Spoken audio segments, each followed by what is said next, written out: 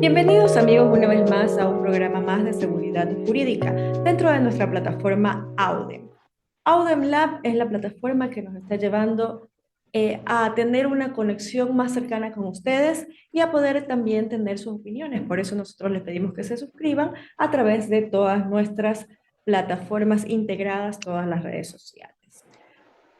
Estamos a tan pocos días del referéndum que ha convocado el presidente Guillermo Lasso y es importante tener un criterio estructurado sobre unas 8 preguntas. ¿Qué es lo que nosotros como ecuatorianos hemos analizado y vamos a elegir dentro de estas 8 preguntas que de alguna forma van a modificar un texto constitucional, que la Constitución, recordemos que es una estructura general que rige todo el ordenamiento jurídico en nuestro país?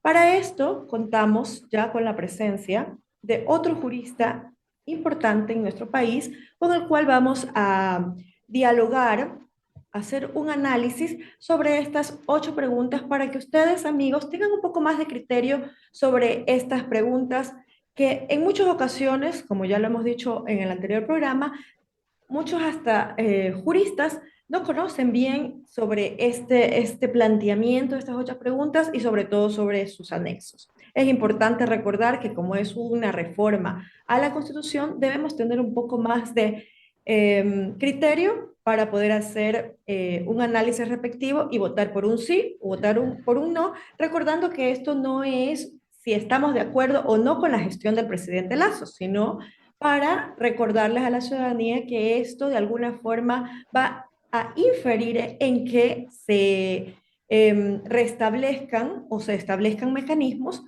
de control o no sobre diferentes instituciones o sobre diferentes ámbitos dentro de nuestro quehacer jurídico. Reiterando, tenemos acá al doctor Freddy Soria Ceballos. Él es jurista en libre ejercicio profesional y también es docente universitario en la Facultad de Derecho de la Universidad de Guayaquil. Doctor, bienvenido a Seguridad Jurídica una vez más. Usted es parte de la Casa de Seguridad Jurídica y con usted siempre tenemos gratos recuerdos de hacer los análisis respectivos sobre las situaciones tales o cuales que suceden en el ámbito jurídico en nuestro país. Es importante también tener esta cordial invitación a la cual no va a ser la primera ni la última vez que usted va a estar acá con nosotros compartiendo su criterio jurídico, en este caso sobre las 8 preguntas del referéndum. A la orden, mi querida doctora. Estamos a la orden para las dudas e inquietudes que plantee. A la orden. Gracias, buenos días. Así es, con todos nuestros amigos que nos siguen a través de todas nuestras redes sociales, en Instagram, Facebook, Twitter, Twitch y por supuesto aquí en YouTube. Tenemos, doctor, dentro de este marco de las 8 preguntas que se establecen en el referéndum, primero que tenemos que considerar que esto está estructurado desde el artículo 147 de la Constitución y 441, en la cual el presidente tiene esta potestad o esta facultad para llamar a consulta popular para enmendar ciertos condicionamientos que se encuentran en la Constitución y que no sean favorables para el libre desarrollo de las normas jurídicas. Tenemos aquí, doctor, como una de las primeras preguntas, la extradición. La extradición de ecuatorianos está prohibida en todos los delitos, incluso en aquellos relacionados con el crimen organizado transnacional, como el narcotráfico, tráfico de armas, de personas y tráfico de migrantes. Lo que nos establece la pregunta es que si estamos de acuerdo con permitir la extradición de ecuatorianos que hayan cometido delitos relacionados con el crimen organizado transnacional a través de procesos que respeten los derechos y garantías, enmendando la Constitución de acuerdo con el anexo 1.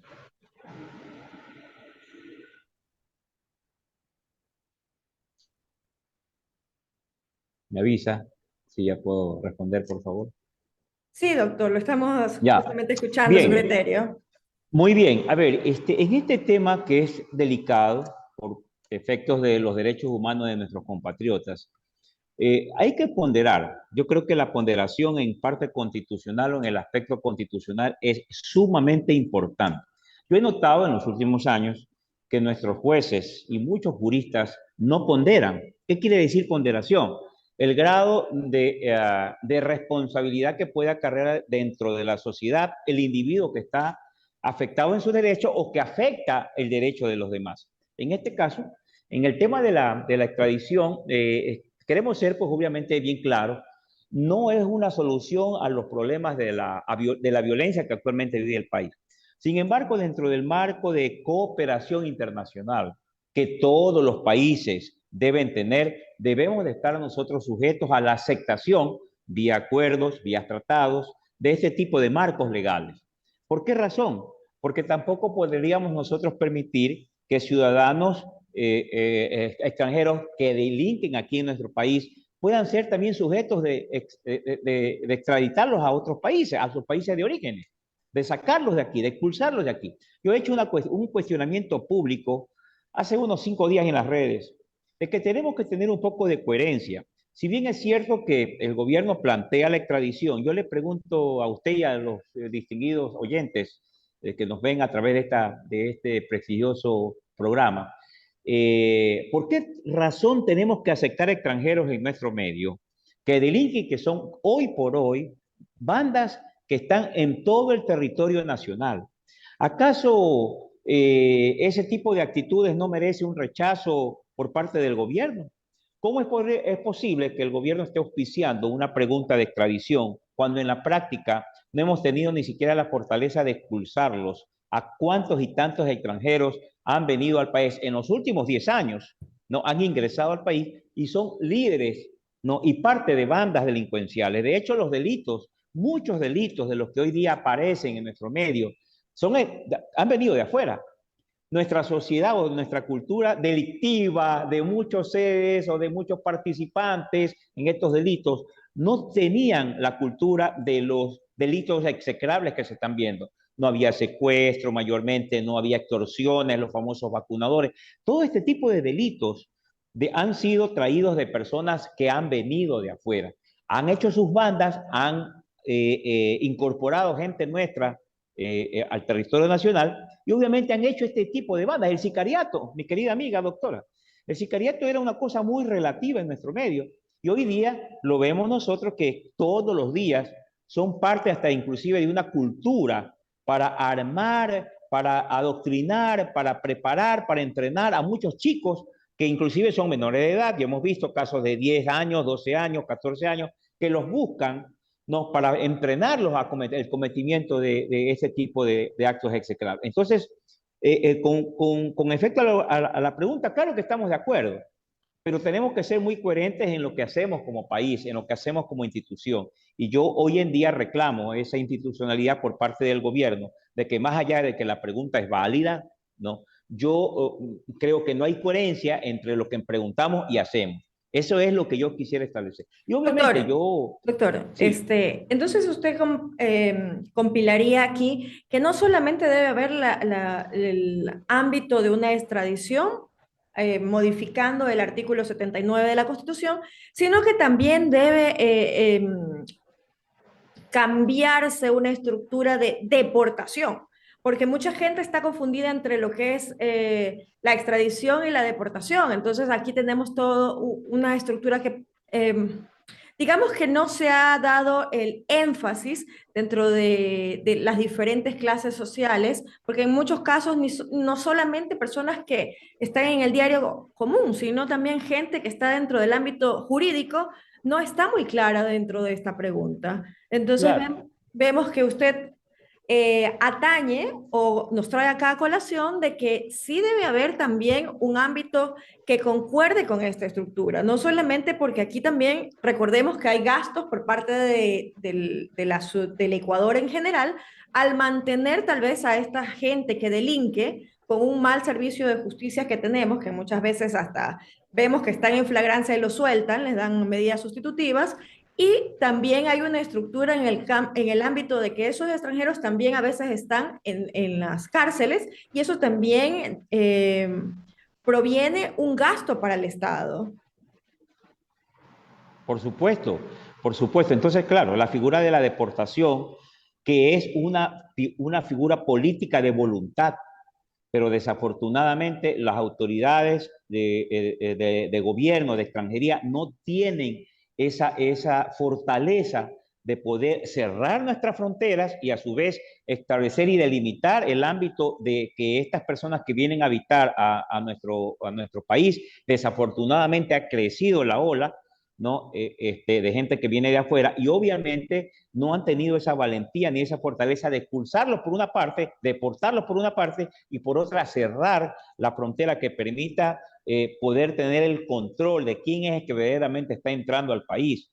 Ya, eso creo que es muy coherente hoy en día. Claro, insisto, estamos de acuerdo con la extradición, la cantaleta, correcto, pero ¿por qué no implementamos también una política interna de fortalecer nuestras fronteras, la capacidad de autorizar el ingreso de personas a nuestro medio, de extranjeros a nuestro medio que no vienen a cumplir ninguna tarea?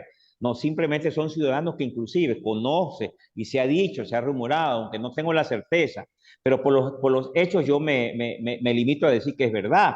Del país de Venezuela han venido muchos delincuentes. ¿Y por qué lo señalo con esa calidad de delincuente? Porque los antecedentes así lo dicen. El pasado judicial, claro que no debe ser discriminatorio, pero el problema es que el pasado judicial ya establece que debería haber un seguimiento de ese ciudadano para ver qué hace en nuestro país, en qué labora, cuál es su círculo. Entonces, hay varias fórmulas de poder detectar este tipo de cosas a través de inteligencia. Y le voy a contar algo. La inteligencia policial en nuestro medio es muy, muy buena, pero simplemente yo noto que hay una falta de voluntad para tomar decisiones y ordenar y disponer que esa fuerza de investigación, que ese aparato investigativo, que es muy bueno en nuestro medio, se le dé todo el apoyo necesario para ir atrás la pista de todo este tipo de delincuentes que han venido a hacer daño al país. Le digo que hoy por hoy hay bandas de toda naturaleza, hay bandas de europeos, se habla de bandas rusas, se habla a bandas de Venezuela, de Colombia. Es decir, nuestro país ha sido una cuna de receptar personas con dudosos antecedentes en la parte social. Vienen de otros países delinquiendo y se vienen acá. No es por discrimen, ojo, porque muchas personas dicen, este es xenófobo, que no. No, aquí hay que ser muy claro y objetivo. Este fenómeno se viene dando a partir que las fronteras fueron abiertas. Y ahí comenzaron a manejarse la cantidad y aumentar la capacidad de delinquir de muchas personas que obviamente con gente nuestra han hecho bandas de importancia, por decirlo así, a nivel nacional, que ya pues obviamente ha pasado el límite. Ayer nomás veía yo, ¿usted cree que en nuestro país estaríamos en capacidad de armar una Ford 150 con mecanismos de tipo robot, no que se alza la cabina y que en la mitad tienen un armamento? O sea, eso nunca se ha visto, eso viene escuela de otro país. Por eso digo, insisto, que más allá del tema de la extradición, la idea sería exigirle al gobierno, porque yo creo que definitivamente él sí va a ganar, esa es mi apreciación. Pero más allá de eso, no sacamos nada con el triunfo del sí, si es que no tenemos de la mano un antecedente que permita decir que ganando ese sí, las cosas van a cambiar. Yo personalmente tengo mis dudas porque no tenemos un gobierno fortalecido, con voluntad, a lo Bukele, yo diría, ¿no? Un gobierno con fortaleza y con voluntad de perseguir, ¿no? Y controlar todo el ámbito de que de pronto se pueda manejar y controlar este tipo de situaciones. Claro. Ese es mi criterio. Doctor, tendríamos que ampliarla un poco más en un programa siguiente, justamente en el ámbito de ver por qué el gobierno se siente tan debilitado y por qué están apareciendo cosas a su alrededor que de alguna forma detona que para los ojos de la ciudadanía no esté bien visto, ¿no? Y ya que usted hablaba, por ejemplo, del señor presidente de El Salvador, es importante destacar que dentro de ciertos mensajes allí, con todo lo que está sucediendo, podríamos nosotros asumir que también tenemos que coger algunos de esos mensajes para tomarlos como una visión de mejoramiento, ¿no? Yo creo que eso es lo que deberían hacer muchos países latinoamericanos, porque el problema es que también señalamos lo que está ocurriendo en Ecuador, pero si buscamos un poquito más, civilizaciones o países como Chile, Colombia, México también están con crisis de diferentes formas, exceptuando Colombia y México, ¿no? Que están muy parecidos con nosotros con respecto a estas bandas delictivas del narcotráfico. Y sí, es un punto bastante importante e interesante, doctor, que usted nos ha traído a la mesa, que no solamente debe ser la extradición, sino también ir acompañado con el ámbito de los ministerios respectivos, que tendrían que tener un poco más de control sobre todas las personas que ingresan o salen del país, ¿no? Sobre todo con las que ingresan, más aún si son de nacionalidades diferentes o de nacionalidades extranjeras. Y esto no significa que todas las personas que ingresan al Ecuador tengan antecedentes o pasados judiciales, o no significa que nosotros creamos que todos los extranjeros de diferentes nacionalidades vecinas sean gente delictiva.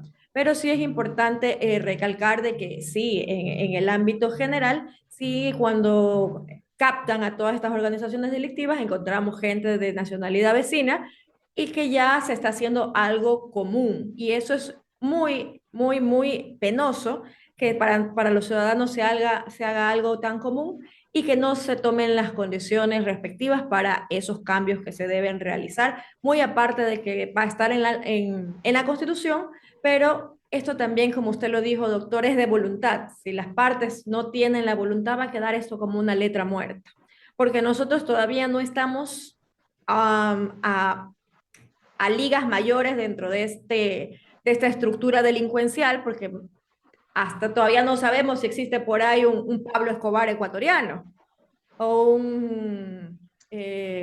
no recuerdo cómo es el nombre del Chapo Guzmán. mexicano, el Chapo Guzmán, exacto, que está en Estados Unidos, no lo sabemos, tal vez sí, tal vez no, pero para ese ámbito es más la extradición.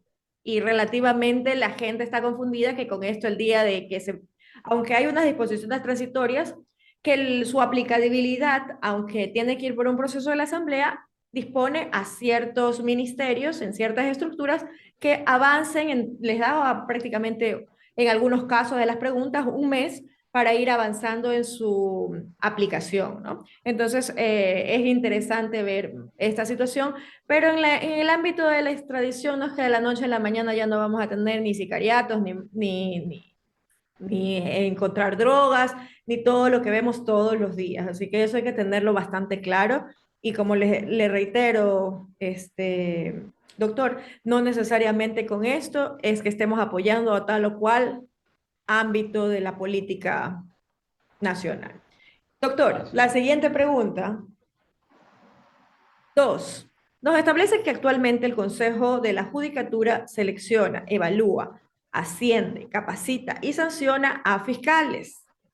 ¿Está usted de acuerdo con garantizar la autonomía de la Fiscalía General del Estado para que ésta seleccione, evalúe, ascienda, capacite y sancione a los servidores que la conforman a través de un Consejo Fiscal, enmendando la Constitución de acuerdo con su anexo 2?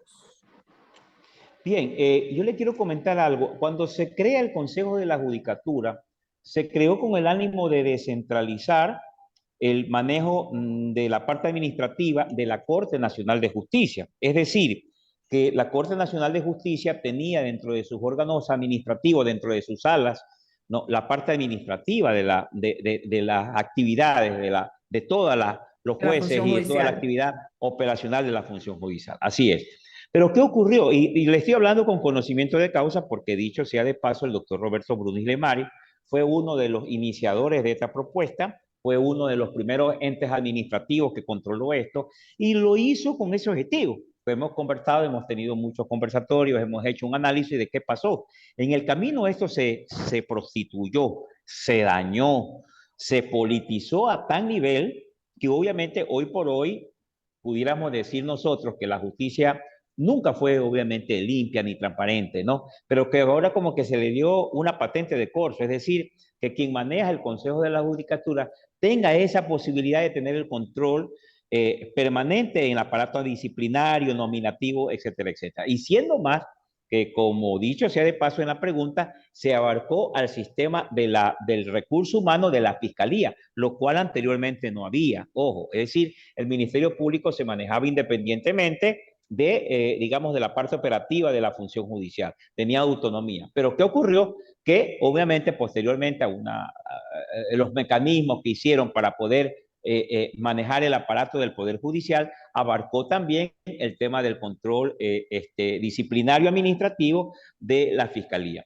No pasaría absolutamente nada, le cuento, si es que la Fiscalía tiene su autonomía, en la medida en que también las personas que manejan el Ministerio Público se manejen y organicen independientemente. Yo no tengo mucha confianza en eso, porque igual, si está politizado, no va a pasar absolutamente nada. O sea, yo Todo pienso va a que, por ejemplo, funcionar y va a seguir siendo un escaño de los diferentes movimientos, partidos políticos que lo manejen. por supuesto, y los partidos políticos de turno que organizan el poder de turno, porque van a tener, por ejemplo, una muestra fácil es, yo te mando dinero, pero si manejamos esto. O sea, eso es parte del operativo desde el Ministerio de Economía y Finanzas, pues, porque está manejando el aparato financiero. Se maneja supuestamente un presupuesto anual que en la parte es muy relativo también esto, porque el mecanismo de entregar recursos periódicos no implica que abramos el abanico de posibilidades de salir adelante. Por ejemplo, no tenemos una policía adscrita al Ministerio Público, tenemos que recurrir, el Ministerio Público tiene que recurrir a las policías que dependen de lo ejecutivo a través del Ministerio del Interior. Es decir, no tenemos un aparato que permita guardar independencia en todas sus partes. Lo que sí sería posible es que, obviamente, de ganar el sí, se busque y simplemente esa política de poder separar el Ministerio Público con autonomía financiera y administrativa, con un órgano regulador que permita saber con cuánto podemos manejarnos a nivel del país, porque probablemente en Guayas, claro, estamos completos con los fiscales, pero vaya a ver usted en las provincias pequeñas, Bolívar, por ejemplo, si tienen fiscales. Yo me he topado en cantones en que un fiscal hace de todo, ¿no? Así como en el aparataje de la función judicial, los famosos jueces multicompetentes. Es decir, que aparecen como grandes conocedores del derecho en todas las ramas y obviamente es un problema caótico eso. Entonces, no digo que no lo podamos hacer, lo que digo es que no se implemente una política de independencia que permita poder crecer administrativamente. Insisto, de nada vale, y estoy de acuerdo, por supuesto que estoy de acuerdo con el hecho de que la Fiscalía debe manejarse independientemente, pero siempre y cuando esa independencia sea política completamente, lo cual es medio complicado y compleja la situación, pero en todo caso sí, es dable que el Ministerio Público tenga una independencia en ese manejo, que se separe completamente de los poderes de control, que es lo que ha mermado la capacidad de poder establecer política. Yo le digo una cosa, la actual ministra fiscal no es que sea mala, pero yo sí noto que hay mucha debilidad en parte de ella porque casos grandes no los continúa. Casos pequeños, obviamente sí. Hay fiscales que están preparados para correr, digamos, con conocimiento de causa porque son académicamente y profesionalmente preparados, pero yo sí noto que hay colegas que no están preparados para muchos retos. Entonces, obviamente, hay temor, hay desconocimiento, no hay cultura de un desarrollo profesional que permita trabajar de la mano con la policía, por ejemplo, ¿no? El fiscal es el que le da las instrucciones a la policía para que haga esto, esto, esto y esto. Esa es la parte legal que tenemos nosotros como armas. Pero obviamente es la policía que le dice al fiscal qué es lo que va a hacer. ¿Ya? Entonces, eso es una cuestión que yo pienso que inclusive las propias facultades de derecho estarían en capacidad de implementar escuelas de preparación de abogados en esas líneas, en esa rama. Ya se lo ha comentado muchas veces, ya las facultades de Derecho no pueden sacar o no pueden seguir sacando abogados sin conocimiento de penal y criminalística que permita poder ser un brazo de apoyo del Ministerio Fiscal y también de la policía para efecto de poder evacuar en muchas diligencias. Hoy en día no tenemos peritos, por ejemplo, peritos calígrafos, no tenemos peritos balísticos, no tenemos peritos psicólogos criminales. Es decir, nos hace falta ese tipo de profesionales en el área que permita ir obteniendo resultados positivos. Ya hoy en día no es dable que un fiscal que no tenga el apoyo auxiliar de esos profesionales que yo le estoy mencionando, que hagan informes y que resulten ser los conocedores de todo, porque en la práctica no lo van a poder. Obviamente que la propuesta también es que esos fiscales sean profesionales altamente competitivos para ir, insisto, trabajando de la mano paralelamente con esto. Pero insisto también, obviamente, claro, estamos de acuerdo con eso, pero el aparataje no vemos que hay voluntad para aquello. Le voy a decir algo. Todo esto fuera factible, no hay necesidad de consulta. Ah, ojo con esto, no hay necesidad de consulta porque obviamente lo que estamos viendo es que no hay un apoyo logístico y económico que permita poder sacar resultados positivos de esto. Probablemente la pregunta va a ganar, sí, pero no nos va a conducir absolutamente nada, insisto, si es que no tenemos una política digamos, de implementar esta estructura con gente que conozca, con capacidad y, ojo, con valentía, porque aquí vienen las amenazas muchas veces también. Entonces, si tú haces esto, mira, tratamos de hacer esto. Entonces, también todo esto va a incidir, ¿no? Es una serie de cosas que probablemente tendríamos que sumar y hacer programas, como usted dice, independientes cada una de estas para poder establecer los resultados opuestos. Pero por el momento, claro, estamos de acuerdo con esto, pero si no hay una voluntad política para manejar el apoyo a ese sí, todo quedará en el vacío. Doctor, pero entonces estamos de acuerdo con que sí debe haber una estructura independiente de la Fiscalía General como tal, o de la Fiscalía en general, para poder que ellos asuman cierta estructura de control, de fiscalización, de nombrar más fiscales, porque lo que vemos es que hasta ahora, entonces quiere decir que el Consejo de la Judicatura no ha servido, no ha realizado bien su trabajo, porque estamos hablando que existen prácticamente en 9 años no ha habido selección, que existe un déficit de 602 fiscales, que al menos 1.448 fiscales para cumplir esta demanda deberían existir y solamente hay 845, que existen procesos iniciados sobre estos fiscales, que son 419 procesos de los cuales solamente 214 se han resuelto. Y 120, De acuerdo. ajá, esto estamos hablando en estos procesos disciplinarios de toda la función que corresponde a la fiscalía, ¿no? De todos los servidores de fiscalía.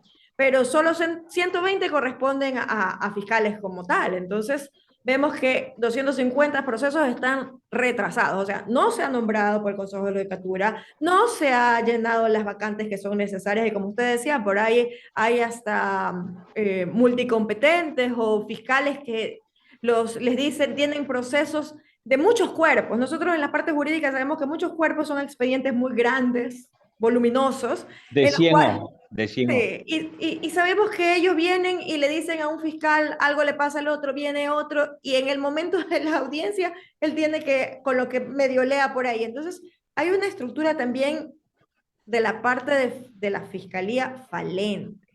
Y como usted dice, la parte política. Entonces, ahí tenemos la primera, Consejo de la Judicatura. ¿No ha servido entonces a hacer sus funciones? No han podido hacer sus funciones, no han sabido hacer sus funciones, no han cumplido con la tarea que les corresponde de acuerdo a las normativas jurídicas, ¿no? Y obviamente se ha convertido en un cuerpo en que se reparten parcelas, dicho sea de paso, ¿ah?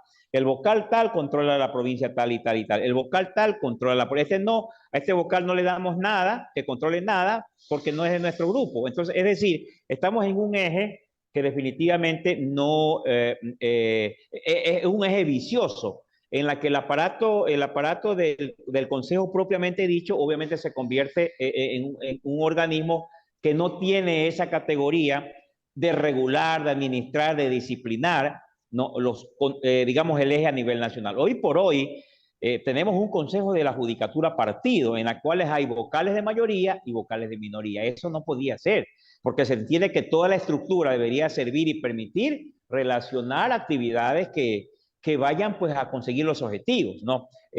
Por ejemplo, conozco el caso de uno de los vocales que hasta el presidente lo ha hecho pedazos a través de muchas ruedas de prensa, pero obviamente conozco que ese vocal no tiene una participación activa en muchos temas. Entonces, la pregunta del millón es, ¿para qué hay representantes del Ejecutivo si no va a ser la persona que va a indicar, ¿sabe qué?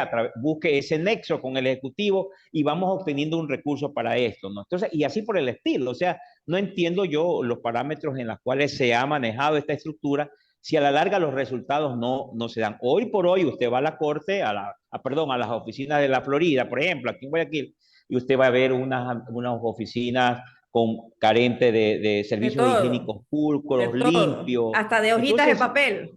hojitas de papel. Vemos unas edificaciones que, dicho sea de paso, que se hicieron en el triunvirato, entre comillas, donde estaba un tal señor Yavar por ahí, un señor encargado de cómputo. O sea, ese tipo de personas ¿Cómo pudieron estar en este sitio y haber hecho tantas cosas porque tenían un apoyo logístico económico y lo que hicieron fue unas barbaridades? Hoy por hoy tengo entendido que hasta ese complejo del terreno de la Florida está en cuestionamiento, porque eso es de los Isaías. En el momento que le devuelven eso, ¿dónde va a quedar esa edificación?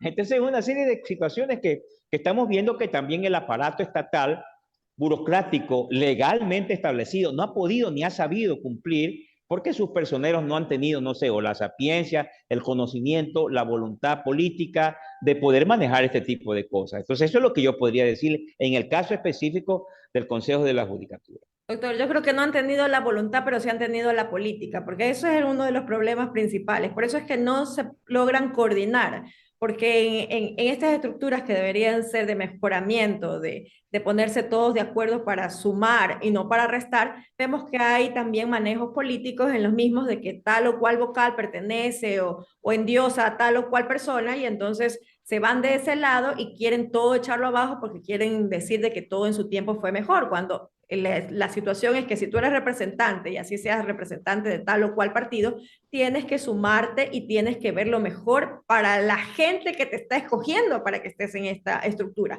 Porque dirían muchos, no, pero si algunos van por el Ejecutivo, van siendo elegidos por la Asamblea o en este caso por un Consejo Fiscal que nos quedamos con esta situación de y ya voy a mi pregunta que es sobre este Consejo Fiscal, pero nos quedamos con esa situación de que sí, en todo estamos nosotros, porque todos estos son representantes y son servidores nuestros, son representantes y servidores del pueblo, de las personas, de los ciudadanos que conformamos el Ecuador. Entonces, se desvían las ideas principales que son justamente estas. ¿Para qué estás en esos cargos públicos? Si no sirves para servir, no sirves para vivir. Con dos agravantes que le voy a comentar. En el caso del triunvirato famoso que creó Correa, ahí ese trío, pregúntele cómo entraron y cómo salieron, con qué capacidad económica entraron y con qué capacidad económica terminaron su mandato. Por ahí se escuchan muchos rumores de compra de condominios en Los Ceibos, de compra de vehículos detenidos con enormes cantidades de dinero. O sea, es decir, se convirtieron en grupos mafiosos también, ¿no? Eso implica que la estructura, o sea, se fue corrompiendo en el camino, como hemos hablado con el doctor Roberto Bruni, uno de los primeros iniciadores de esta propuesta. Entonces, si esto es así, o sea, ¿qué resultado final vamos a tener? Entonces, por esa razón es que hoy en día, si usted le pregunta a muchos abogados, van a decir el Consejo de la Judicatura no sirve para nada. Y de paso, ¿no? Fueron perseguidores de abogados. ¿No? El gremio obviamente también reclamó porque ellos no tienen por qué exigirle a los abogados tal o cual comportamiento. Para eso existía los tribunales de honor de los respectivos colegios de abogados del país, pero claro, vino Correa, los debilitó.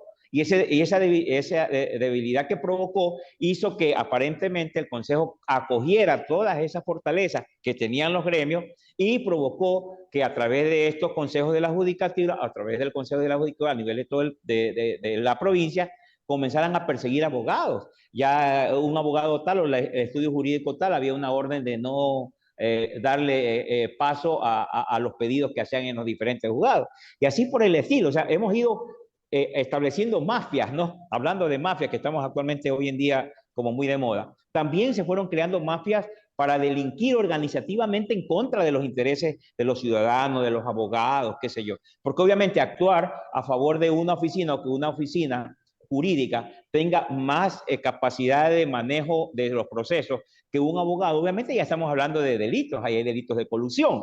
Usted sabe también como abogada que eso también está perseguido y penado por la ley. Sin embargo, hoy en día es muy común observar eso. Ya el presidente de la República inclusive hizo una mención de aquello y pidió a la fiscalía inclusive que investiguen a estudios jurídicos de esta naturaleza, ¿no? Entonces, esa es la cuestión que siempre se va a ir prostituyendo en un aparato que nace con buenas intenciones, pero que obviamente en el traspasar del tiempo y en el trajinar de las personas que van pasando por ahí, van convirtiendo en haciendas propias, en negocios propios, en actos reñidos contra la moral y la ética profesional, que dicho sea de paso, insisto, ya es muy común hoy en día ver que las oficinas tal manejan el Consejo de la Judicatura de la provincia tal, el estudio jurídico tal o el fulano de tal maneja el Consejo de la Judicatura de tal o cual provincia. O Entonces, sea, esto en vez ya de es, ir mejorando, vamos empeorando. Doctor, hemos ido empeorando. y para cerrar esta pregunta, este Consejo Fiscal, integrado por miembros que cumplan con ciertos requisitos previstos en los anexos, que también los tenemos aquí estructurados, pero un consejo fiscal que va a nombrar gente, entre comillas, proba, entre comillas, debería ser apolítica, porque vamos a atacar, a tocar y atacar estructuras que han estado y vamos a tratar de mejorarlas con este consejo. ¿Usted ve o es también un consejo en el cual puede tener buenas intenciones, está de más, o en su estructura puede ser que terminen como juez y parte y manejados políticamente como todas las otras estructuras e instituciones que están creadas y estamos creando más burocracia? Por supuesto, es que todo nace bien, pero como que también en el momento que van naciendo y lo van perfeccionando, lo van direccionando para tal o cual cosa. ¿Sí me explico? Es decir, usted hace algo, estructura bien, pero sabe que tapiñadamente, escondidamente, que esta estructura que es muy valiosa, la siga manejando por debajo de la cama, por debajo de la mesa, por debajo del mueble, otro tipo de situaciones. Entonces, yo considero por ejemplo, mientras no se involucren en sociedades como, por ejemplo, las universidades, la academia, los gremios, no, aunque probablemente muchos dicen, también se politizan, sí, pero vamos buscando como un poco más la limpieza de cada una de las cosas. Yo pienso, y no me equivoco, en el momento en que le demos cobertura a la academia, a la universidad, a los gremios, por lo menos va a ser un poquito más conflictivo poder amarrar ciertas cosas, ¿no? En las cuales le vamos a quitar hegemonía a asamblea, le vamos a quitar hegemonía al propio ejecutivo, al propio ministerio de gobierno, que decir, a los entes que manejan de alguna u otra manera ciertos estamentos, ¿no? Entonces, todo es posible en la medida en que culturalmente y académicamente nos preparemos para reforzar las instituciones, no creándolas ya debilitadas. Perfecto, doctor. Entonces, este artículo 181 de la Constitución, con las funciones del Consejo de la Judicatura que va a ser reformado si se gana a través del sí en esta pregunta número 2, tenemos que tenerle bastante ojo y para eso estamos aquí en seguridad jurídica para comenzar a visualizar y tocar, porque lamentablemente en este momento en donde se toque sale pus.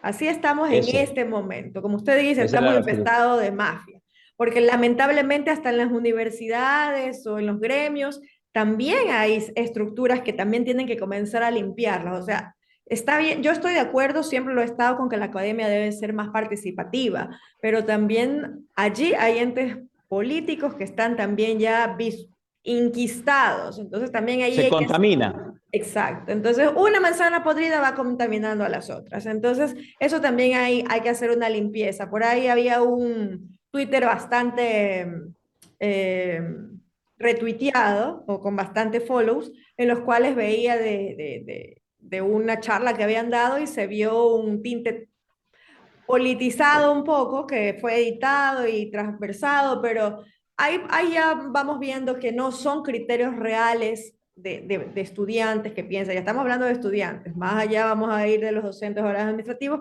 pero eso lo vamos a dejar, doctor, para otro tema de ver toda la estructura de, en general, las universidades, porque están tan contaminadas con esta estructura también entre política y yo diría que hasta de mafias también, pero eso lo dejamos para otro programa. Entonces nos quedamos, doctor, con esto de aquí que comienza bien, pero hay que ver cómo se va desarrollando en el transcurso de la estructura general. Tenemos como pregunta 3, doctor, y por supuesto,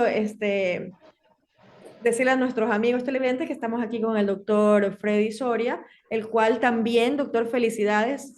Sabemos que usted ha ganado como miembro del Consejo Universitario. Esperemos que todo se vaya en mejoramiento de la universidad y que den el apoyo necesario para que las ideas que sean buenas vayan siempre ejecutándose a través de la academia. Felicidades. Así será. Dios mediante. Muy amable. Gracias. En la pregunta 3, doctor, tenemos, en la actualidad la Asamblea Nacional está integrada por 137 asambleístas y se estima que con el censo poblacional del 2022, este número asciende aproximadamente a 152 asambleístas. La pregunta, ¿está usted de acuerdo con reducir el número de asambleístas y que se los elija de acuerdo a los siguientes criterios?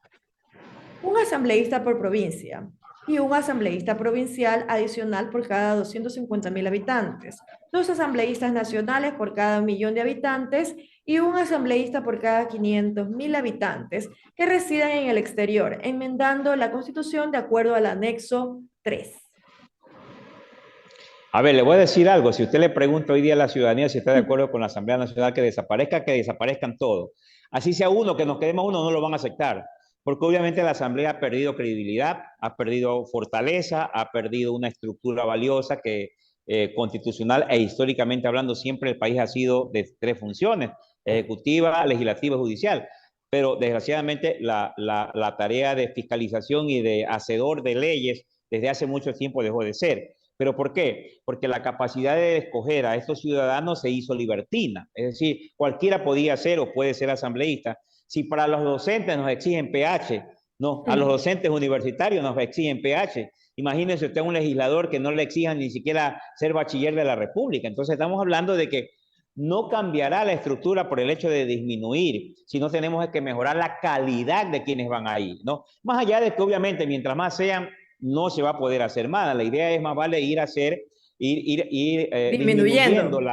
disminuyendo poniendo límites y porcentajes, ¿no? Yo creo que una asamblea con las características, con el número de ciudadanos que hay hoy en día, definitivamente no va a hacer absolutamente nada. Peor con las características que va aumentando de acuerdo al número de la población. Entonces, obviamente, en este caso, más allá de bajar, no estoy de acuerdo ni siquiera con esa capacidad, porque la idea es manejarse con unos 50 o unos 60, no más allá de A lo eso. mucho.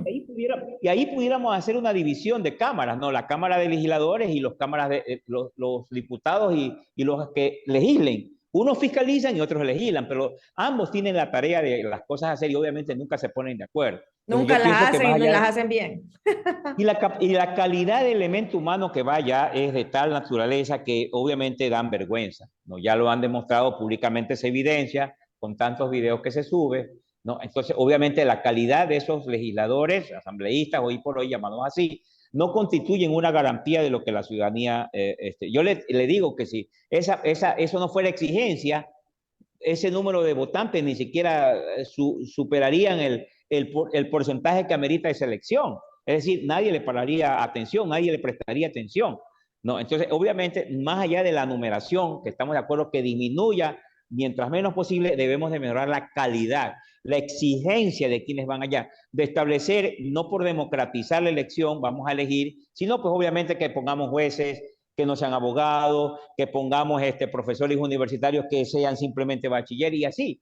Vamos escogiendo, vamos disminuyendo la calidad, porque los requisitos obviamente van a ser, digamos, rigurosos para ciertas cosas, como en el caso de los docentes universitarios, ¿no? Que se les exige PH cuando sabemos que los PH son un grado académico que no constituye ninguna garantía de academicismo para nada, ¿no? Y mucho más de administración. Pero sin embargo, vemos asambleístas que son los que manejan la estructura legal de un Estado como el nuestro y obviamente que no contribuyen absolutamente nada porque su capacidad económica no está a la altura de lo que verdaderamente quiere el país y la sociedad. Doctor, su capacidad económica no eso es para los de diezmo, su capacidad intelectual. Intelectual, perdón, sí, Sí, exactamente. ¿Por sí. qué? Porque obviamente hoy en día se le exige no, la capacidad económica también, perdón, se me filtró eso. Ujú. Con los ingresos económicos que tienen los maestros hoy en día, obviamente no están a la altura de ejercer una capacidad de ejercicio profesional académico de 40 horas. Del Entonces, ¿qué es 100% lo que casi. hacen? Claro, porque los docentes con esa capacidad económica muy limitada que tienen los obligan también a trabajar en sus horarios libres en otros tipos de actividades. Entonces, hoy por hoy requerimos docentes 24 horas, digamos de 40 horas laborables, pero económicamente vemos que no están No a la altura, representa. no representa. Entonces, obviamente hay una serie de situaciones, capacidad económica, capacidad académica, capacidad psicológica inclusive, porque yo he notado que más allá de tener cierta burocracia elegida, no se le toma en cuenta su capacidad mental y la psiquis para poder establecer o dejar una. Y yo hoy por hoy, hablando del tema de los asambleístas, retomando, ni siquiera se les hace un análisis previo para establecer si tienen la capacidad psicológica también de poder estar en un sitio bajo unas características de establecer de establecer un principio de elaboración de normativas. Entonces, es un círculo muy grande que tendríamos que cubrir en el efecto de establecer el grado de elección de un asambleísta o de un ciudadano asambleísta. Sí, más que nada, doctor, le sumaría yo a todo lo que usted está diciendo también una capacidad moral, porque eso es lo que nosotros vemos que también les hace falta. Conversábamos en Más allá. anteriores entrevistas de diezmos, conversábamos en que están preocupados porque si juega o no juega cierto partido o equipo de fútbol nacional o mundial, están preocupados por el bizcocho, están preocupados por cosas intrascendentes, que ya para nombrar y postular días ya existen organizaciones mundiales que los hacen y nacionales también, pero ellos deberían dedicarse a lo que es legislar y fiscalizar. Y recordemos también, con lo que usted dijo, los docentes universitarios preparan a las personas de nuestro país para que sean mejores ciudadanos y para que puedan tener competencias laborales. Pero recordemos que dirán, no, pues y los asambleístas no están preparando nada. No, ellos están haciendo el ordenamiento jurídico. Ustedes a veces dicen, ¿por qué están estas leyes mal hechas? Justamente por eso, porque no hay la gente preparada y capacitada. Cogen cualquier persona que ven por allí, que se va popular, que está famosa, y la mandan allí. No, aquí tienen que, por lo menos, como mínimo, tener una maestría dentro de lo que sería un derecho constitucional, porque voy a trabajar directamente con la Constitución y de ahí voy a bajar a todo el ordenamiento jurídico, leyes, reglamentos, estructuras, pero eso no lo hacen. De paso, se llenan de asesores que tampoco tienen la preparación académica y profesional para hacerlo. O sea, se llenan de Más 4 asesores gasto. y los 4 no hacen ni uno solo. O sea, sí Exacto, estamos a ese nivel. más gastos, que en eso de allí tenemos otras ideas que en algún momento las vamos a plantear, doctor, porque con este tema de la asamblea hay, como dije yo, muchísima tela que cortar en una estructura que modifica también este artículo 118 de la Constitución, si gana el sí, en la cual no creo que mayormente aquí alguien vote por no, porque todos, como usted dijo, entre menos asambleístas veamos, va a ser creo que mejor. Pero si siguen, si con esos menos asambleístas siguen las mismas personas incapacitadas, no se va a llegar a un buen término y vamos a seguir en lo mismo, en la chacotada, en el dormirme en las aestas, en estar jugando, en estar haciendo cualquier otra cosa, menos poniéndome a revisar por lo menos de qué están tratando, sobre qué se está dialogando y qué se puede hacer para mejorar y dar un criterio, porque para eso es que están allí. O sea, la verdad es que creo que los ciudadanos no nos sentimos en un Representado. 99%, por dejarle un uno allí, que serían ellos mismos, no nos sentimos representados por las personas que están en la asamblea, que no necesitamos que nos representen uno por provincia, uno. Si tenemos así un representante que es el ejecutivo, en el ejecutivo tenemos un representante. Entonces, sí podemos aminorar las estas sin necesidad de sentirnos que nadie nos representa. Ellos tienen que trabajar por todos, no por grupos en Así es. específico. Doctor, De acuerdo. para la siguiente pregunta, la 4. Actualmente, todos esos son como temas medios neurálgicos que en algún momento ya después de lo que se realice, que gane el sí o que gane el no, tenemos que irlos analizando de a poco porque son cosas que están. Gane o no gane la consulta, van a seguir estando estas estructuras. Si gana, van a hacer nuevas cartas dentro de este juego y si no gana, pues estarán allí con las antiguas estructuras que se han manejado, porque no es nada nuevo que están creando con estas preguntas, es algo que ya ha estado pero que no se lo ha manejado de la mejor manera, ¿no? Actualmente dice que existen 272 movimientos políticos en el Ecuador. Y alguien me decía que era tan difícil hacer movimientos y aquí hay 272 movimientos, empezando por allí. ¿Está usted de acuerdo con exigir que los movimientos políticos cuenten con un número de afiliados mínimo equivalente al 1.5% del registro electoral de su jurisdicción y obligarlos a llevar un registro de sus miembros auditado periódicamente por el Consejo Nacional Electoral, enmendado en la Constitución de acuerdo con el anexo 4? Ya, le voy a decir algo. En el tema de los movimientos políticos, esto también se prostituyó. La idea es de democratizar, obviamente no ha sido nunca, no digo que yo no sea democrático, pero hay cosas que no se pueden democratizar porque so pena de que se prostituyen, más allá de que tal vez el gobierno de Correa lo que hizo fue provocar el aumento de estas corrientes políticas innecesarias, porque había también una contribución, entre comillas, o una distribución económica de partidos a partidos políticos y movimientos. Entonces, cualquiera ganando, cualquiera perdiendo gana, porque gana un instrumento económico que le va a permitir subsistir. De tal manera que esto también obviamente cae por su propio peso en un país con tanta carencia de valores éticos, morales, culturales, incluso académicos también. Obviamente crear o provocar este tipo de actividades a gran escala, como es hoy en día, también ha sido de lo peor. Yo creo, sin temor a equivocarme, que inclusive las políticas internas que se implementó a través del Código de la Democracia no han servido. Hoy por hoy vemos nosotros candidatos y yo pregunto si hubo una elección previa, si hubo el escoger con personas que digamos que valgan la pena. Definitivamente no. Se pusieron y buscaron, por ahí vemos un señor que buscó un binomio de una artista de farándula, otro vemos que metió a alguien que es conocido pero que patea muy bien en la pelota. Es decir, igual vemos que es una capacidad que no ha tenido un control en el aparato electoral y hemos sido abiertamente, entre comillas, muy ávidos de democratizar este tipo de cosas y a la larga pues hemos tenido los alcaldes que hemos tenido los asambleístas que hemos tenido los legisladores que hemos tenido. ¿Producto de qué? De que el Código de la Democracia debilitó el aparato, la estructura para escoger.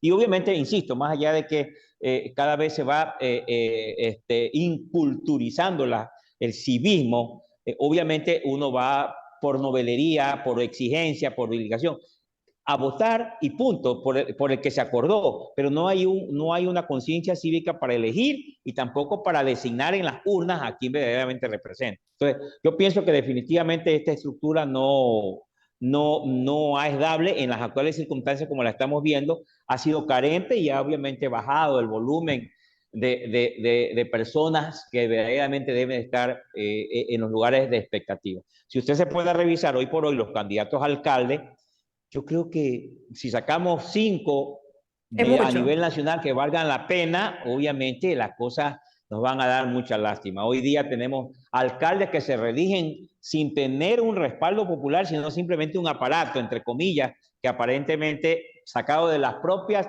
finanzas de sus municipios, logran tratar de vender una imagen que no la tienen bien puesta. Doctor, aquí en esto de los partidos y movimientos políticos, se lo quiere reestructurar también porque vemos, como usted ya nos ha dicho, esto está mal, prostituido, nos usó la palabra, porque en estos movimientos hay hasta movimientos de 5 o 10 personas, nos dice los anexos que envía el Ejecutivo como tal. Entonces vemos que es preocupante porque hay movimiento para todo y esto implica de que de alguna forma hagan presión para tal o cual situación. También había una estructura en este Código de la Democracia que realmente hay que reestructurarlo también, ese es otro tema que lo vamos a tratar luego, pero no ha habido primarias, sabemos que la primaria es a veces dedocráticamente, ponme a este mueve más gente, este de aquí la ven más en televisión, este de aquí también lo ven, entonces no ha habido tampoco esa estructura de primarias. En los partidos políticos hay escándalos en los cuales usted no es afiliado a ninguno y sale y aparece en uno, en dos o en quién sabe hasta tres y uno ni siquiera ha firmado en ninguno.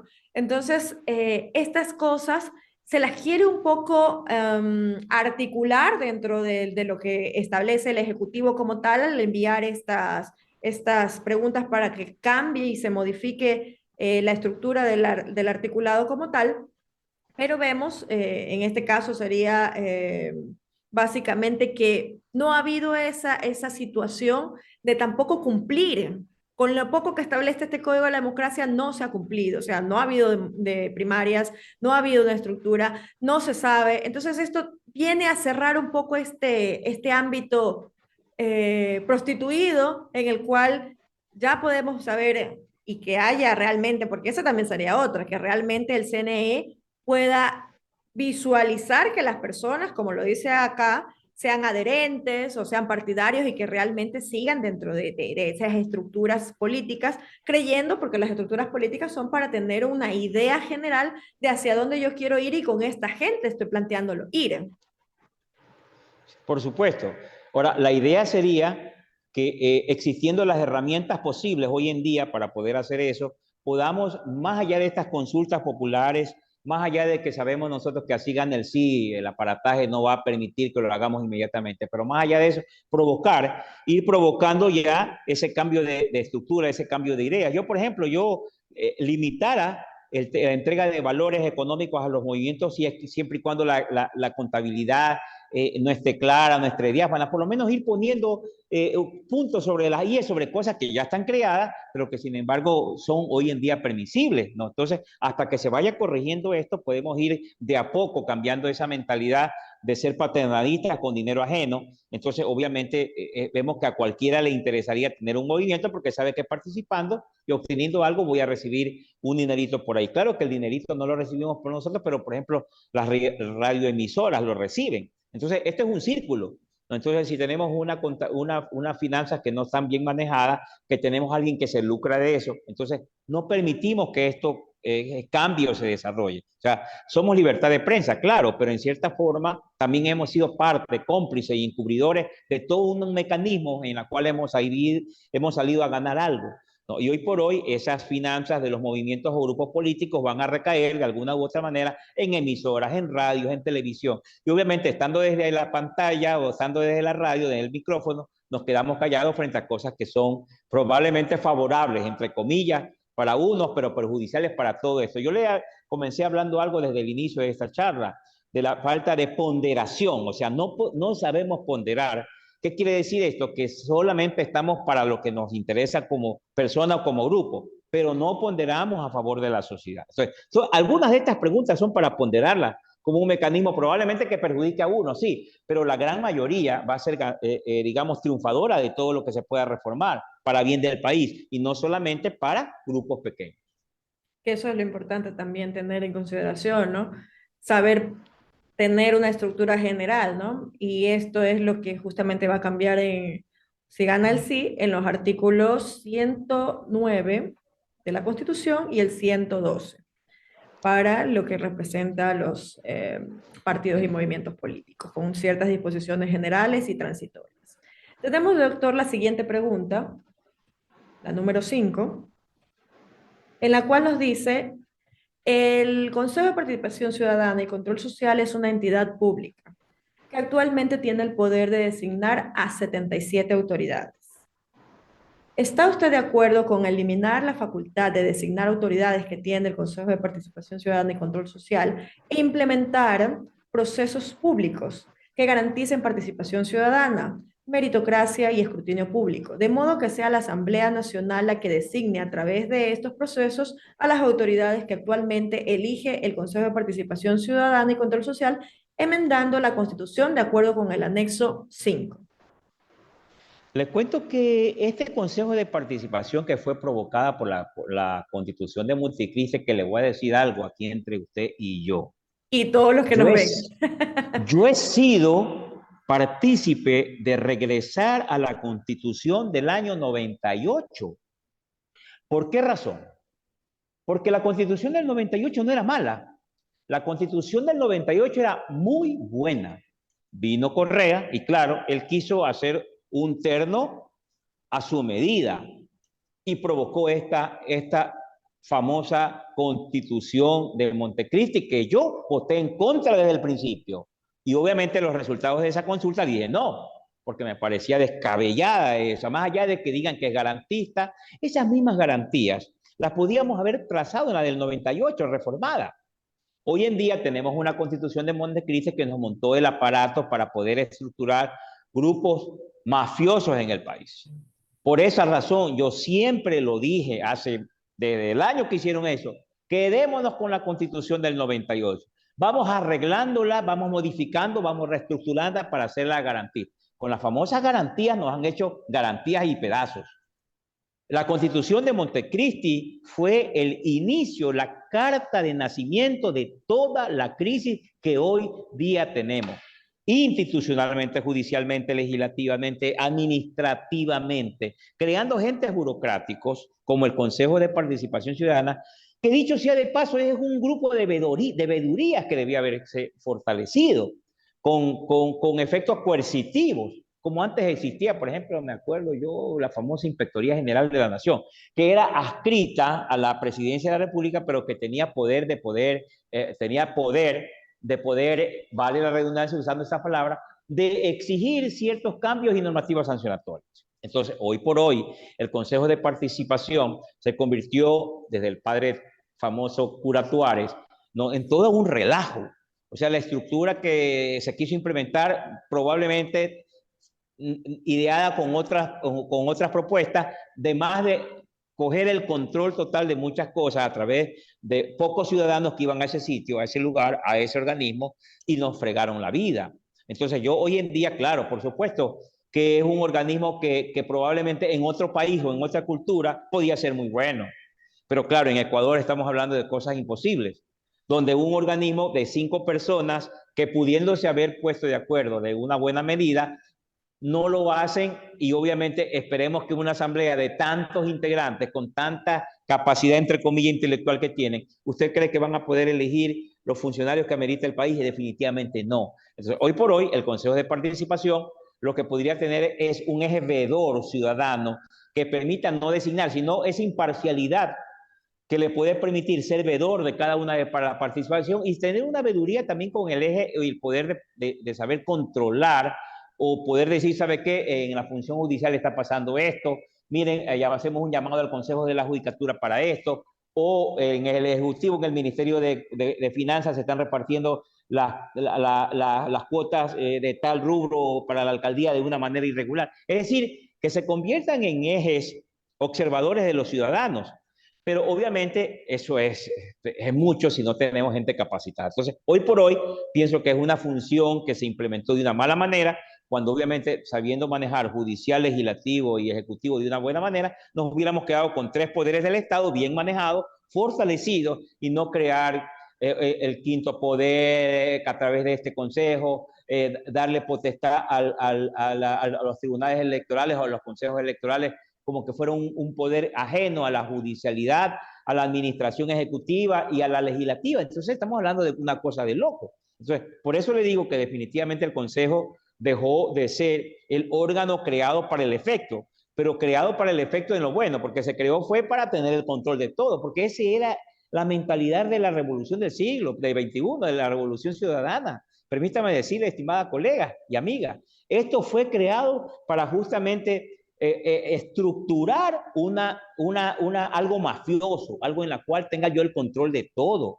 No, esto en otros países probablemente con otro tipo de cultura pudiéramos haber sacado, la pudiéramos haber sacado adelante, pero con las actuales no podemos manejarnos con eso. De tal manera que yo igual que se desaparezca eso, pero obviamente si desaparece necesitamos un eje veedor imparcial de todos los poderes del Estado que permita coercitivamente decir, aquí hay esto, fiscalía, inicia esta acción, o acá hay esto, señor presidente, mire, pasa esto, o sea, con un poder coercitivo. Pero hoy por hoy, definitivamente, esas tareas no las está cumpliendo el Consejo de Participación Ciudadana.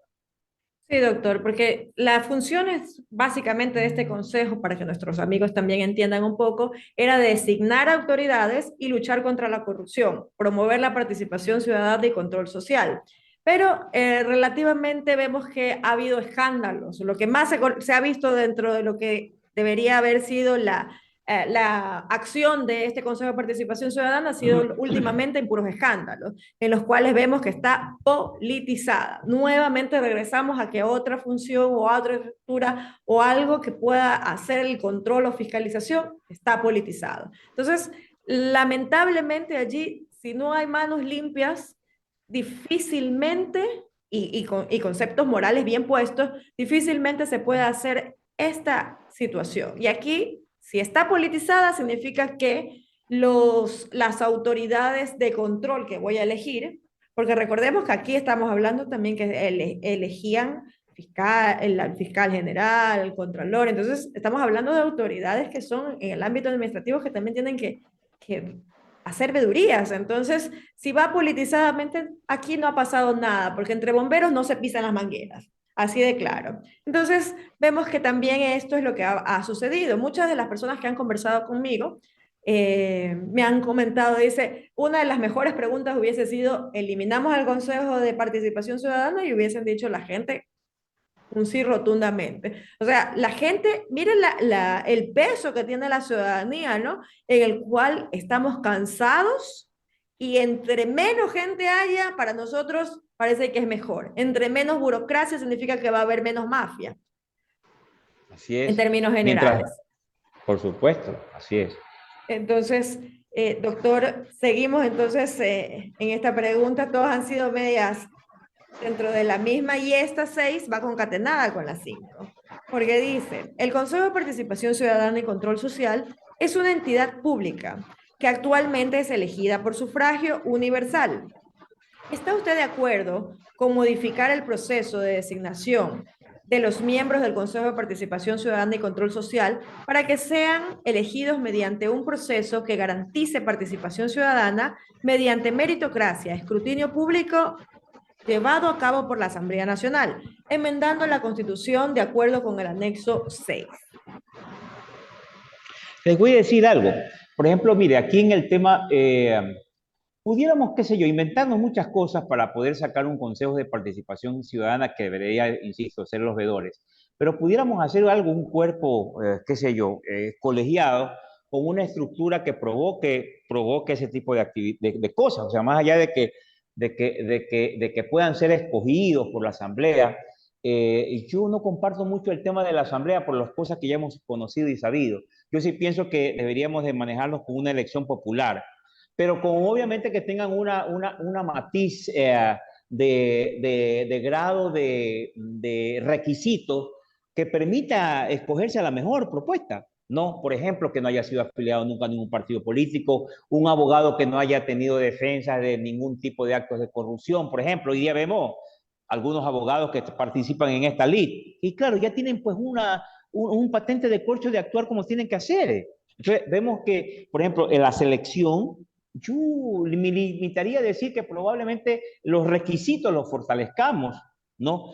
No le daría mucho chance al tema de la asamblea, porque mientras no solucionemos el grado de participación de la asamblea, es un círculo vicioso. Entonces, yo pienso que sí podríamos estar en una capacidad de elección popular, pero con una plancha o con elementos de requisitos que consideren ustedes que la gente va a votar por alguien probo, por alguien que no esté contaminado, que sí los hay. Lo que pasa es que, claro, la gente proba ya no quiere participar en nada de esto, porque se contamina o lo contaminan inmediatamente. Entonces, yo pienso que por ahí no participo en el hecho de escoger para que tú me selecciones, no. Eso lo escuchaba también a la asesora jurídica de la Presidencia de la República, y que no me parece, o sea, es cuestión de criterios. Yo personalmente seguiría con la elección universal, pero con el fortalecer requisitos. Pienso que por ahí está la cosa. Una participación académica, o sea, las universidades, los gremios, qué sé yo, gente que esté involucrada en derechos humanos, pero plenos, no en derechos humanos delincuenciales.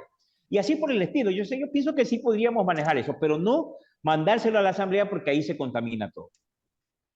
Doctor, pero en este ámbito ya tenemos en este momento elección popular y me gustaría ir más allá para que nuestros amigos más o menos ahí. ¿Usted realmente ha hecho un estudio de los candidatos que hay en este momento? Porque tenemos 3 papeletas que nos van a entregar para elegir 7 representantes. Entonces, ¿usted ya tiene alguna situación visualizada o relativamente es como la mayoría de las personas que vamos a ir a la elección, que no conocemos a muchos de los que están ahí, de los pocos que conocemos, no hay tan buenas referencias y peor aún, vemos que algunos están auspiciados por partidos o movimientos políticos, dando cierta insinuación de que vas a ir, pero ¿vas a ir a qué? ¿Y por qué? Ah, Personalmente yo he mapeado, como dicen, he mapeado algunos. Pienso que son poquísimos los que verdaderamente valen la pena. Sin temor a equivocarme, pienso de que mi papeleta solamente me llevaría 3. Ninguna mujer, no he visto ningún. Ya, de pronto por ahí alguien que fue mi colega aquí en la universidad, pero de ahí no he visto la cantidad de candidatos que permita decir, ¿sabe qué? Tengo para elegir. No hay. No es la cantidad, la No, calidad. no, sí, ni siquiera, o sea, no hay dentro de esa cantidad no hay la calidad. Y yo, sin temor a equivocarme, pienso que hasta 3 podría sufragar y pare de contar. O sea, no he Tres en general, encontrado. no los 7, sino tres en En todo general. sí, en general sí, de ahí el resto anularía, no tengo yo, ni anularía porque se quedan sin valer esa papeleta, Ujú. pero no me deja a elección. Le digo que honestamente he analizado pormenorizadamente y no me deja elección más allá de 3 personas. Y una de ellas que conozco porque fue mi alumno, ahí hoy en día es constitucionalista, maneja muy bien la participación ciudadana, ha sabido ser asesor en muchos de estos temas. Quisiera pensar que por ahí no me podría equivocar. Pero pare de contar, ahí el resto están contaminados, han sido abogados, han sido candidatos, han sido parte de estructuras, o sea, Han sido definitivamente no me abogados dan. de tal o cual persona, es lo que me dice.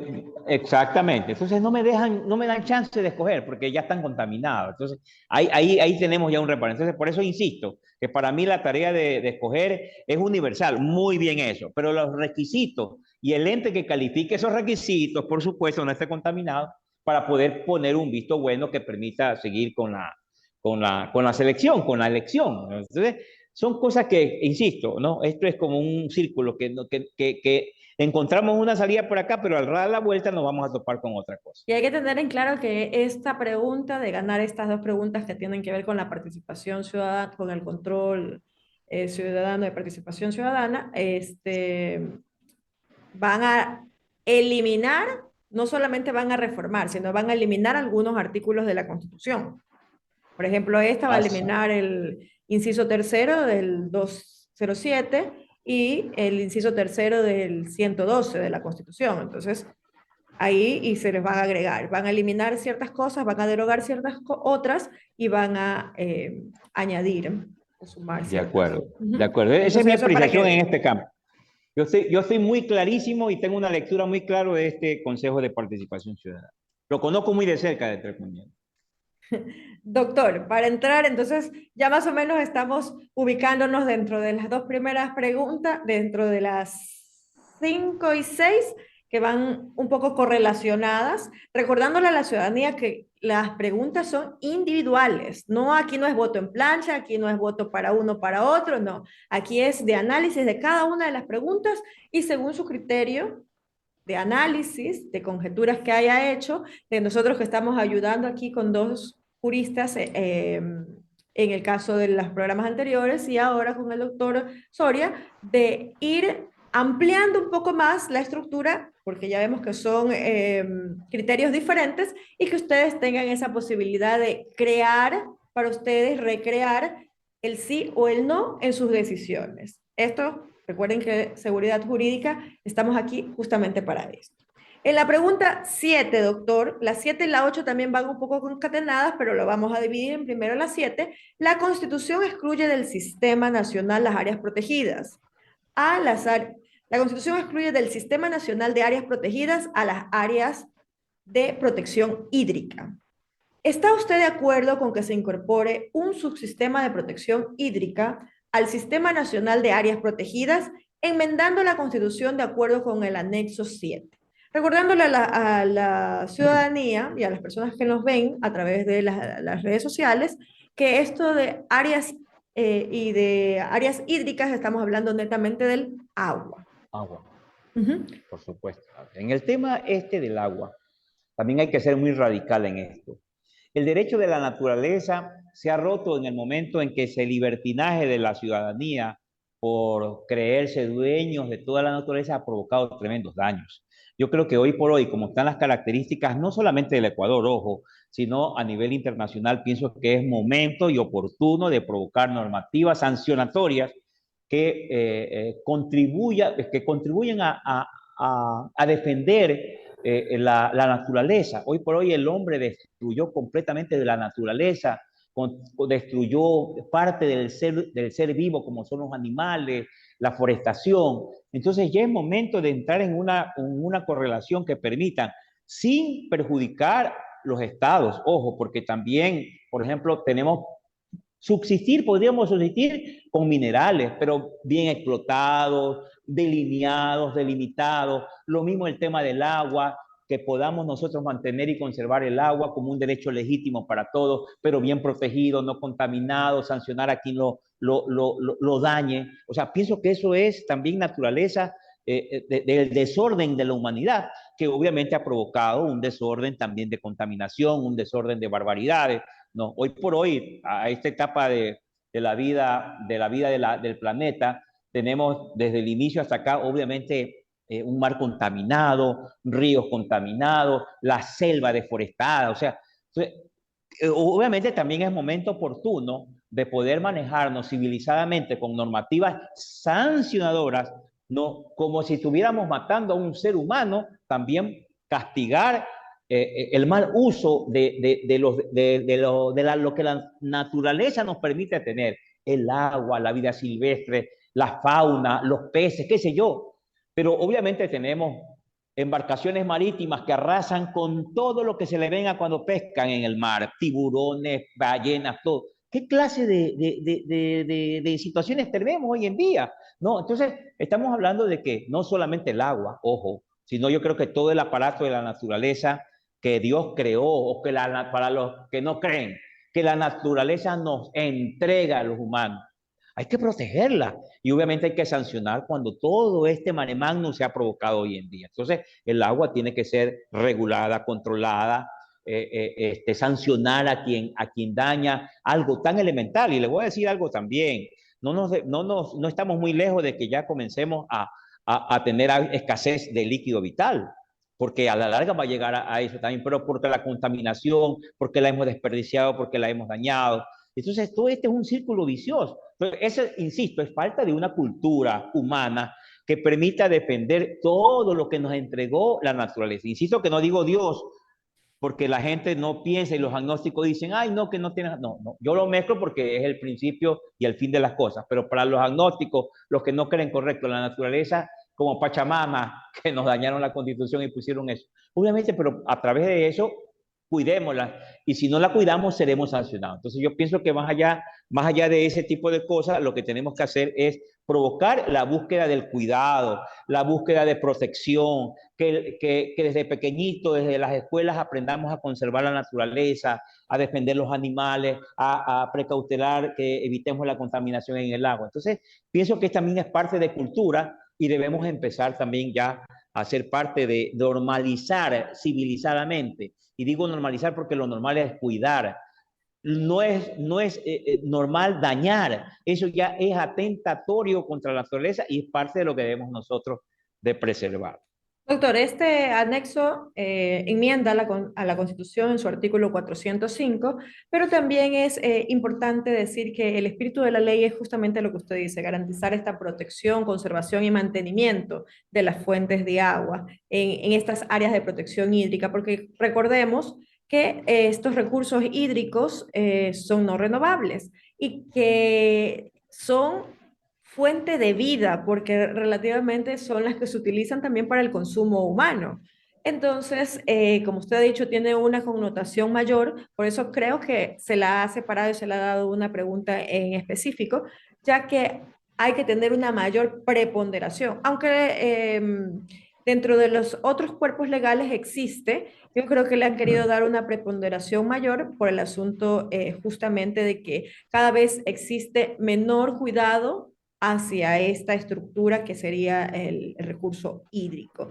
Y no solamente eso, doctor, sino también que hay connotaciones económicas que van dañando la estructura, como el petróleo, que no hay a veces hay accidentes, o en el caso de la minería ilegal, que también van contaminando estas fuentes de agua. Y se me ocurrió, ahorita que usted que está en la universidad, me acordé más bien del doctor Mármol, que en algún momento decía en uno de sus libros, y cuando hizo la presentación del mismo, que las próximas guerras van a ser por agua. Entonces, es un recurso que nosotros tenemos que tener bastante en nuestra visión de protección y de cuidado dentro de los derechos, porque mucha de la gente dice, no, está el agua, es más, se desperdicia mucha agua alrededor. Así Cuando es, de estamos en acuerdo. el uso general se desperdicia. Hemos visto hasta muchas personas que en tiempos de carnaval, que ya estamos cerca, desperdician mucha agua, las piscinas allí, entonces no tenemos esa fuente de recuperación de usar esa misma agua que se utiliza, sino que se la regamos y la botamos por allí, entonces vamos perdiendo esa estructura de protección a los recursos hídricos.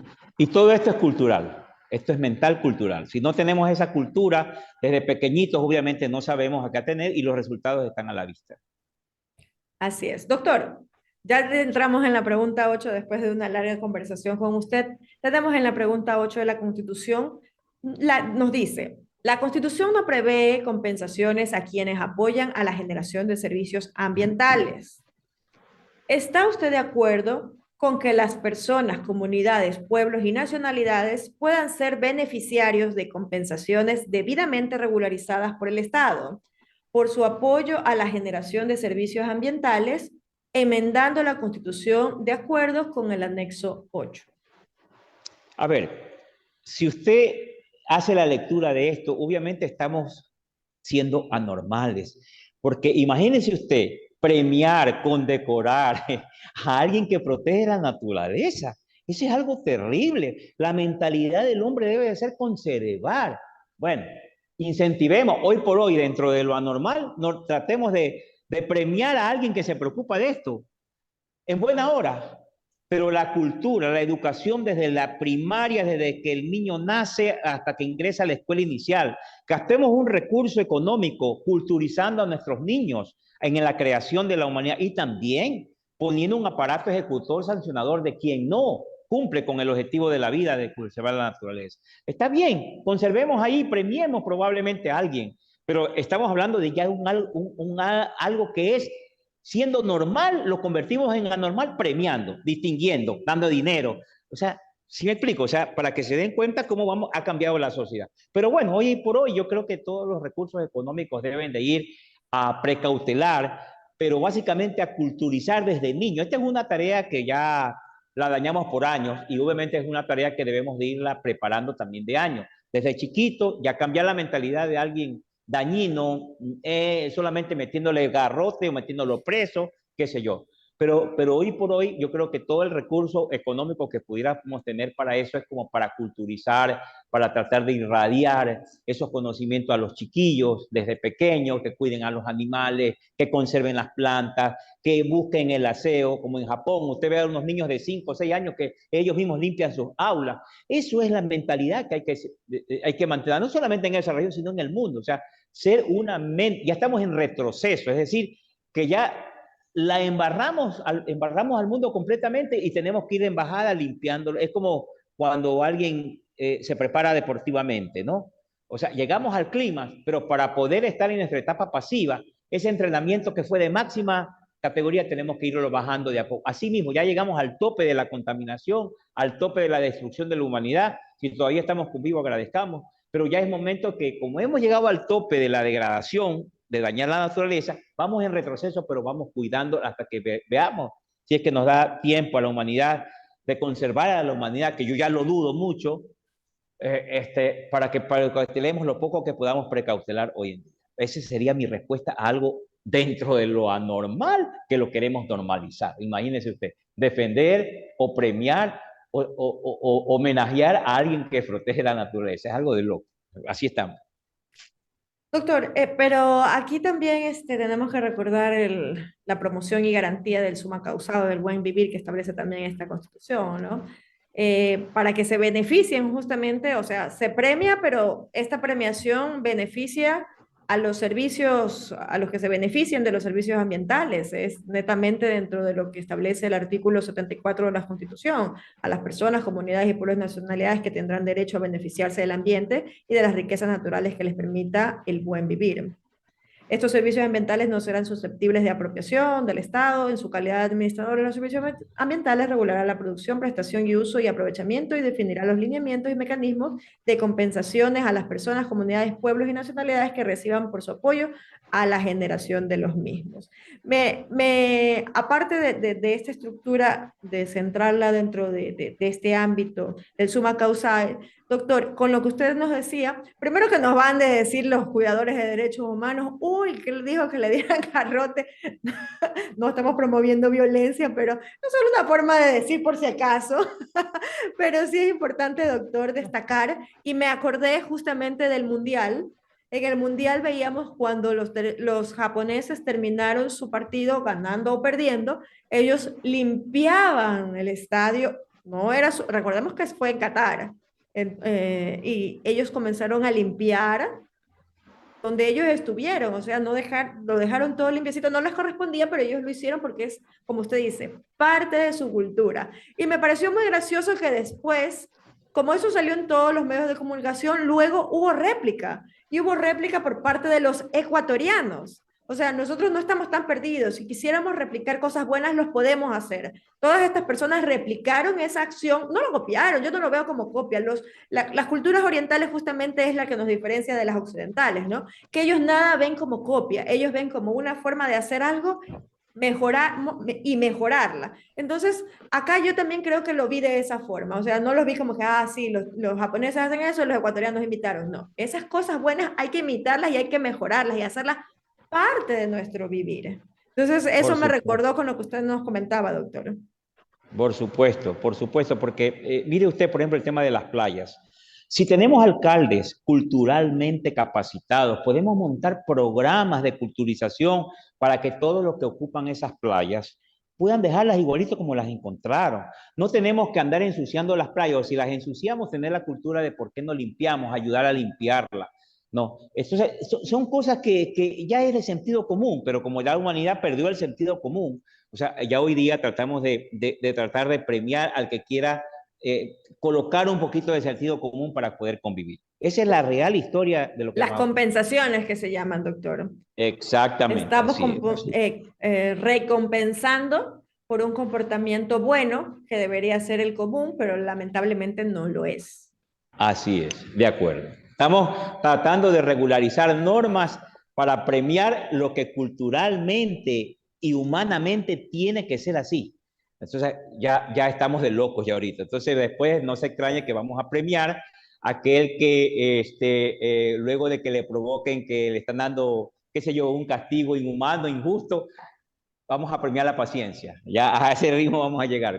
Premiemos la paciencia de la gente, de aguantar todo, de provocar, qué sé yo, que nos provoquen y nos quedemos con la tranquilidad pasma. Hasta ese punto vamos a llegar. O sea, ya nos están culturizando, pero son cosas que definitivamente premiar lo normal, la conducta normal, la conducta de sentido común, premiarla, quiere decir que ya estamos en un planeta de locos y que el que está cuerdo, protejamos al cuerdo. Así vamos a llegar, Dios quiera que no, pero ya este ritmo Vamos a vamos a llegar terminar así. con alguna normativa que dice la protección también de las personas que están bajo un sentido común anterior Así es, al que del todavía lo mundo. tiene. Vamos, Dios quiera que yo pueda ser premiado por eso. A veces creo yo que a veces me dicen, tú eres fanático. Yo no soy fanático.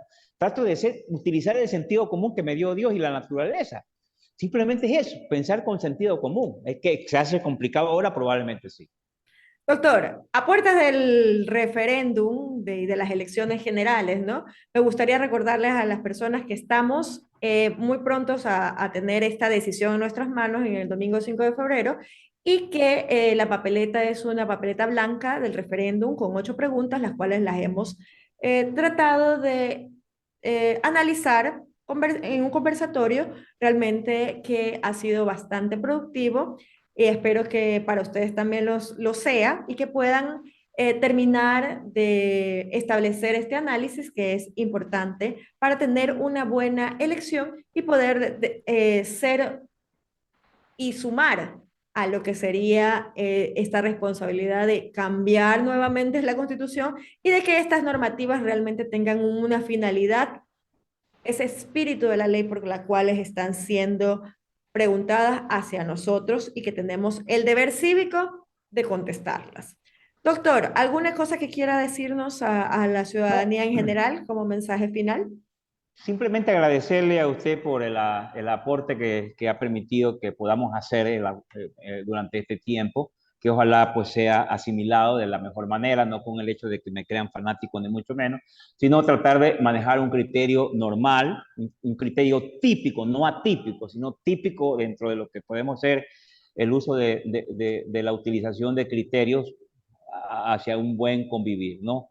Y que ojalá que lo del día domingo pues nos llegue a la reflexión de pensar que a quien le vamos a dar nuestro voto, más allá del hecho de la consulta, sí o no, sino a quien le vamos a dar el voto en las seccionales sean personas que no vayamos a darle el voto para que se enriquezcan, porque hoy día se ha convertido esto, démosles al voto a fulano de tal para que se haga rico, así estamos, a ese nivel.